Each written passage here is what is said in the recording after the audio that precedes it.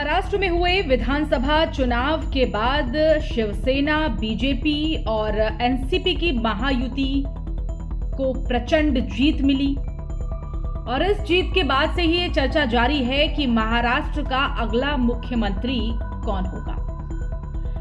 राज्य के अगले मुख्यमंत्री के लिए कवायद रस्साकशी एक बार फिर से जारी है 2019 की ही तर्ज पर। ऐसे में विपक्ष लगातार सवाल उठा रहा है और सीएम पद को लेकर भाजपा और शिंदे गुट में खींचतान चल रही है। ऐसे में भीतरघात की क्या कोई लड़ाई छिड़ी है दोनों पक्षों के बीच, शिंदे और बीजेपी के बीच, या फिर कोई कोल्ड वॉर छिड़ा है? अब सीएम पद पर भारी खींचतान दिख रही है दोनों पक्षों की ही तरफ से और इस बीच एकनाथ शिंदे भी एक बड़ा फैसला ले चुके हैं। उस फैसले का भी जिक्र हम करेंगे।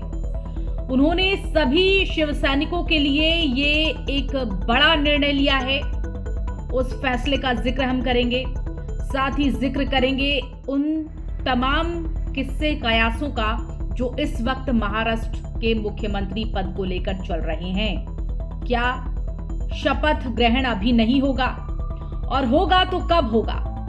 शपथ ग्रहण में क्यों हो रही है देरी? क्या महाराष्ट्र में राष्ट्रपति शासन लग सकता है? नमस्कार, आप देख रहे हैं इंडिया 27 और मैं हूं आपके साथ नंदिनी भारद्वाज। तो आज जिक्र हम करेंगे कि आखिर क्यों एकनाथ शिंदे को अपने शिव सैनिकों को एक बड़ा फैसला लेने को कहा है और ये कहा है कि अपने अपने घर को लौट जाएं, यानी अपनी अपनी विधानसभा क्षेत्रों में लौट जाएं। तो क्या वाकई सरकार का गठन होने में देरी हो रही है? तमाम मुद्दों पर चर्चा करेंगे। शुरुआत कर लेते हैं संजय राउत के उस बयान से। देखिए, उनको भारी बहुमत मिला है महाराष्ट्र में। बीजेपी, शिंदे गुट और अजित पवार गुट को इतना बहुमत मिला है जिसे हम कहते हैं कि पांचवी बहुमत, शैतानी बहुमत।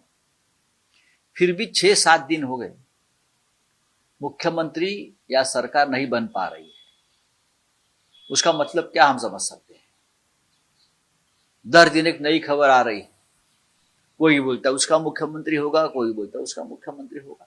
26 तारीख को राज्य के विधानसभा की मुदत खत्म हो गई। हमें कहा गया था, जब हमें सरकार बनाने का हमें एक आशा लग रही थी, तो हमें कहा गया था 26 के बाद अगर सरकार नहीं बनी तो महाराष्ट्र में राष्ट्रपति शासन लगाया जाएगा। क्या? तो अभी लगाइए राष्ट्रपति शासन। तो संजय राउत तो यही कह रहे हैं कि 6-7 दिन हो गए, महाराष्ट्र में सरकार बनी नहीं, सरकार का गठन हुआ नहीं, ये तय नहीं हुआ कि मुख्यमंत्री किसका होगा, मुख्यमंत्री इसका होगा या मुख्यमंत्री उसका होगा। वो सवाल पूछ रहे हैं कि क्या अब बीजेपी की तरफ से या फिर महायुति की तरफ से राष्ट्रपति शासन नहीं लगा देना चाहिए, क्योंकि ये लोग तो सरकार का गठन ही नहीं कर पा रहे हैं। और जब सरकार का गठन नहीं कर पा रहे हैं तो क्या अब वो राष्ट्रपति शासन लगाएंगे? बात इसलिए भी चली है क्योंकि एक नियम है, कानून है। महाराष्ट्र में 14वीं विधानसभा का कार्यकाल 26 नवंबर को खत्म हो गया है। 15वीं विधानसभा के लिए बीजेपी के नेतृत्व वाली महायुति सरकार को बहुमत मिला है, मगर पिछले 2 दिनों में सरकार गठन के लिए दावा पेश नहीं कर पाई। आशंका ये जताई जा रही है कि सरकार का फैसला न होने के चलते महाराष्ट्र में राष्ट्रपति शासन लग सकता है। तो क्योंकि 2019 के चुनाव के बाद जब शिवसेना और बीजेपी के बीच सीएम पद के लिए रस्साकशी चली थी तो ये काफी लंबी चली थी। तब भी राज्य में गवर्नर भगत सिंह कोश्यारी ने राष्ट्रपति शासन की सिफारिश कर दी थी। बाद में देवेंद्र फडणवीस ने सरकार बनाई तो 11 दिन बाद राष्ट्रपति शासन हटा था। हालांकि उनकी सरकार 80 घंटे यानी 3 दिन ही चली और इसके बाद वो उद्धव ठाकरे के शपथ लेने तक कार्यवाहक सीएम बने रहे थे। और अब संविधान के वो नियम भी जान लीजिए कि अगर तय समय तक सरकार बनाने की को लेकर अनिर्णय की स्थिति रहती है, कोई फैसला नहीं हो पाता, तो क्या होगा? कोई पार्टी अगर सरकार बनाने का दावा पेश नहीं कर पाती है तो ऐसी स्थिति में क्या किया जा सकता है? तो राज्यपाल को अनुच्छेद 356 का इस्तेमाल कर राष्ट्रपति शासन लगाने की सिफारिश करनी होती है। नियमों के मुताबिक हो तो ये भी सकता है कि महाराष्ट्र में राष्ट्रपति शासन नहीं लगाने के कई विकल्प भी हैं। राज्यपाल विधानसभा के सबसे बड़े दल को सरकार बनाने का न्योता दे सकते हैं और अगर बीजेपी शपथ लेने को तैयार हो जाती है तो राष्ट्रपति शासन टल सकता है। खैर, यही रात अंतिम, यही रात भारी, वाला एपिसोड 26 नवंबर की रात को खत्म हो गया। अब सवाल ये है कि बीजेपी अकेले बहुमत में है और अजीत भी रेस से हट गए हैं, एकनाथ शिंदे भी इस्तीफा दे चुके हैं, तो फिर महायुति क्यों नहीं निर्णय ले पा रहा कि मुख्यमंत्री कौन बने? सीएम पद पर फैसला क्यों नहीं हो पा रहा है? माना जा रहा है कि बीजेपी हाईकमान जातीय समीकरण से लेकर एनडीए के सहयोगी दलों को भरोसे में लेकर फैसला लेना चाहता है। यही वजह है कि पिछले 4 दिनों से लेकर मुंबई से लेकर दिल्ली तक बैठकें चल रही हैं। एक तरफ मराठा चेहरा एकनाथ शिंदे का नाम चल रहा है, तो दूसरी तरफ अगड़े वर्ग से देवेंद्र फडणवीस हैं। बीजेपी के सामने ओबीसी वर्ग को साधने की चुनौती है। बीजेपी नहीं चाहती कि सामंजस्य बिठाए बिना फैसला हो जाए। इतनी बड़ी जीत के बाद बीजेपी कार्यकर्ता चाहते हैं कि महाराष्ट्र में बीजेपी से ही मुख्यमंत्री बने और बीजेपी का शीर्ष नेतृत्व भी यही चाहता है कि महाराष्ट्र में बीजेपी से ही मुख्यमंत्री बने और मुख्यमंत्री के चयन के वक्त कार्यकर्ताओं की इस भावना का ख्याल रखा जाए। अंदरूनी सूत्रों की माने तो सीएम किस पार्टी का होगा ये तय करने में कोई प्रॉब्लम नहीं है, लेकिन बीजेपी के केंद्रीय नेतृत्व भी फडणवीस के नाम पर लगभग सहमति अपनी जता रहा है। पेच इस बात पर फंसा है कि एकनाथ शिंदे और अजीत पवार को कौन सा पद दिया जाए, क्योंकि बीजेपी शिंदे सेना को भी संतुष्ट करना चाहती है। अब तक बड़ी चुनौती यही है कि एकनाथ शिंदे और उनकी पार्टी शिवसेना को संतुष्ट किया जाए, लेकिन क्या शिव सैनिक संतुष्ट हो पाएंगे? क्या शिंदे गुट से सीएम बनेगा या फिर देवेंद्र फडणवीस ही मुख्यमंत्री पद पर काबिज होंगे? और सीएम पद पर खींचतान के बीच एकनाथ शिंदे ने बड़ा फैसला लिया। इसे आप शपथ ग्रहण से जुड़ा एक बड़ा अपडेट मान सकते हैं। तो इस बाबत खबर अपडेट ये है कि महाराष्ट्र में चुनाव नतीजों के बाद से महायुति में तो खींचतान चल ही रही थी सीएम पद को लेकर कि मुख्यमंत्री का पद किसको मिलेगा।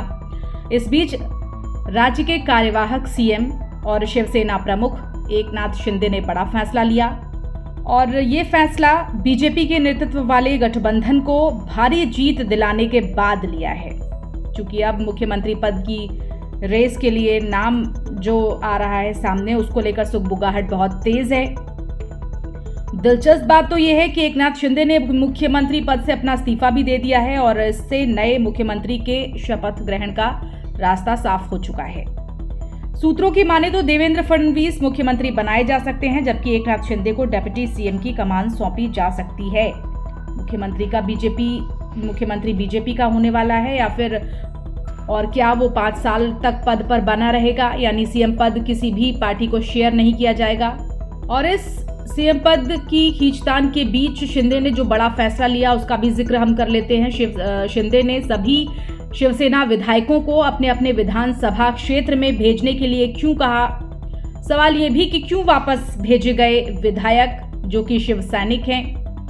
चलिए अब इसका जवाब तलाशने की कोशिश करते हैं। दरअसल चुनाव नतीजों के बाद शिवसेना के सभी विधायकों को तत्काल मुंबई बुलाया गया था। 24 नवंबर से ही शिवसेना के विधायक मुंबई के ताज लैंड होटल में रुके हुए थे। इस दौरान शिवसेना विधायकों द्वारा सीएम पद के लिए बीजेपी पर दबाव बनाने का प्रयास भी किया गया, लेकिन मुख्यमंत्री पद पर अब तक कोई फैसला नहीं हुआ। इसकी वजह से सभी विधायकों को उनके विधानसभा क्षेत्र में लौटने के लिए कह दिया गया है।